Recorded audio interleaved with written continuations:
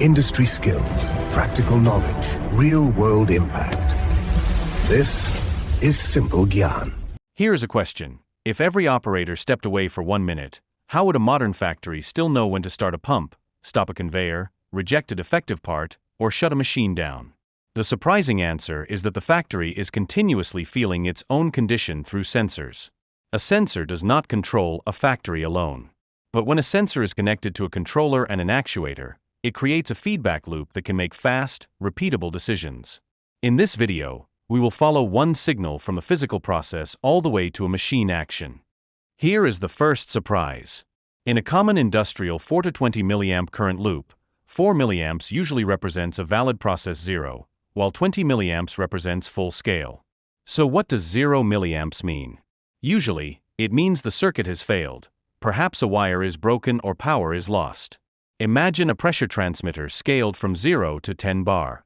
4 milliamps means 0 bar, 12 milliamps means 5 bar, and 20 milliamps means 10 bar. This live 0 lets the control system distinguish a real 0 reading from a failed measurement. The easiest way to understand factory automation is to compare it with a nervous system. A sensor is the receptor. The cable or industrial network is the nerve. The PLC or distributed control system is the decision-making brain. The motor, valve, cylinder, or heater is the muscle. After the actuator changes the process, the sensor measures the result again. That return path is feedback. Operators still supervise through an HMI, investigate alarms, and change set points, but the control loop handles the rapid repetitive decisions that keep production stable. Factories do not have one universal sense. Temperature may be measured by an RTD, thermocouple, or infrared sensor. Pressure, flow, and level require instruments suited to the fluid and process conditions. Photoelectric and inductive sensors detect presence. Encoders measure position and speed. Cameras inspect shape, color, and surface quality. Accelerometers, current sensors, and microphones monitor machine condition. Safety systems add light curtains, interlocks, gas detectors, and flame detectors. The important question is never simply, which sensor is best? It is, which physical variable must be trusted for this decision? Inside every sensor is a transduction principle. A physical change becomes a measurable signal. In an RTD, temperature changes electrical resistance. In a strain gauge pressure transmitter, pressure flexes a diaphragm and changes resistance. A photoelectric sensor watches light. An inductive sensor watches an electromagnetic field. An encoder converts rotation into pulses or a digital position value. The physics may differ, but the engineering goal is the same: turn the real-world variable into a signal that is repeatable, calibrated, and usable by the control system. A sensor's raw output is rarely ready for control. The signal may need amplification, electrical isolation, filtering, linearization, and scaling. An analog input module converts current or voltage into a digital value. The PLC then maps that value into engineering units such as degrees Celsius, bar, millimeters, or liters per minute. Good systems also check plausibility. Is the value outside its calibrated range? Is it changing faster than the process can physically move? Has signal quality failed? Remember, a beautifully filtered number can still be wrong if the instrument is poorly located, damaged, or out of calibration. A PLC is a rugged industrial computer designed to monitor inputs and control outputs. Its repeated operating pattern is simple: read the inputs, execute the programmed logic, update the outputs, handle diagnostics and communication, then repeat. The program may contain interlocks, timers, sequences, calculations, and PID control. The exact cycle time depends on the controller, program, I/O, and network. The important design principle is that the loop must be fast enough for the physical process and predictable enough that a sensor event produces the correct action at the correct time. Consider an industrial oven with a set point of 80 degrees Celsius. The temperature sensor reports 76 degrees, creating a positive error of 4 degrees. A PID controller responds by increasing heater power. As the temperature approaches the set point, the controller reduces the command to limit overshoot. The loop repeats continuously. Notice the division of labor. The sensor provides feedback, the controller decides, the actuator changes energy, and the process responds. If the sensor is slow, badly located, or uncalibrated, even a perfect control algorithm will struggle. Now follow a container through a filling line. A photoelectric sensor detects its arrival. An encoder synchronizes the conveyor position with the filling nozzle. A valve opens, while a flowmeter counts the dose or a level sensor confirms the fill. Downstream, a camera checks the cap, label, and code. If inspection fails, a pneumatic gate removes only that unit. No single sensor understands the whole line.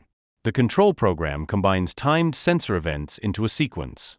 That choreography prevents spills, collisions, underfilled containers, and defective packs from moving forward. Machine vision is more than a camera. It is a sensor, lens, controlled illumination, image processing, and a decision rule working together. The system can verify presence, locate a feature, measure a dimension, read a code, or detect a surface or color defect. Lighting is often more important than simply adding camera resolution, because the defect must create stable contrast. The inspection result becomes a pass, reject, or stop signal. Engineers must validate the system across real part variation, contamination, motion blur, and acceptable false reject rates. Sensors also control maintenance decisions. An accelerometer can reveal changing vibration patterns, temperature can show rising heat or friction, motor current can reveal a changing load. The strongest signal is often not a single alarm limit, but a trend away from the machine's normal baseline. Analytics can flag the change early enough to inspect and plan work before a functional failure. But sensor data is evidence, not a complete diagnosis. Speed, load, lubrication, alignment, process conditions, and maintenance history must be considered. NIST describes this as prognostics and health management for improving reliability and reducing downtime. Safety sensors have a different responsibility from normal production sensors. A light curtain, guard door interlock, gas detector, or critical pressure switch may feed a safety relay or safety PLC. If the hazardous condition is detected, the system commands a defined safe action: remove power, stop motion, close a valve, or raise an alarm. Safety functions use suitable components, diagnostics, and architecture, then require documented validation and periodic testing. They must never be casually bypassed. The production controller optimizes operation. The safety system exists to protect people, equipment, and the process when normal control is not enough. Traditional sensors may provide one switching or analog value. Smart sensor interfaces such as IO-Link can also provide device identity, parameters, signal quality, diagnostic events, and process data. That enables remote configuration, clearer troubleshooting, and faster device replacement because settings can be restored. The control system or edge layer can combine these values with production context for maintenance and quality analysis. But more data is not automatically better automation. Start with a defined decision: what action should improve, what evidence is required, and how will the additional sensor information be trusted and maintained. Automation becomes dangerous when a false measurement looks believable. Sensors drift, become coated, vibrate loose, suffer cable damage, pick up electrical noise, or report the wrong units because of configuration errors. Installation matters too. A temperature probe far from the heat source may be accurate but irrelevant. Engineers defend against these failures with calibration, cleaning, proof tests, signal quality alarms, rate of change limits, and plausibility checks against process physics. Where risk requires it, sensing may be independent, redundant, or diverse. The goal is not to assume the sensor is correct, it is to detect when trust has been lost. Choose a sensor by working backward from the decision it must support. Define the variable and full range, including abnormal conditions. Set the required accuracy, repeatability, resolution, and response time. Check the environment: heat, vibration, washdown, dust, chemicals, electromagnetic noise, and hazardous area requirements. Decide how the signal will integrate with the controller. Plan access for cleaning, calibration, and replacement. Finally, ask what happens if the value is wrong, missing, or frozen. A modern factory is not intelligent merely because it has many sensors. It becomes dependable when measurements are trustworthy and every signal leads to a safe, purposeful action. Sensors give machines something more valuable than power: awareness.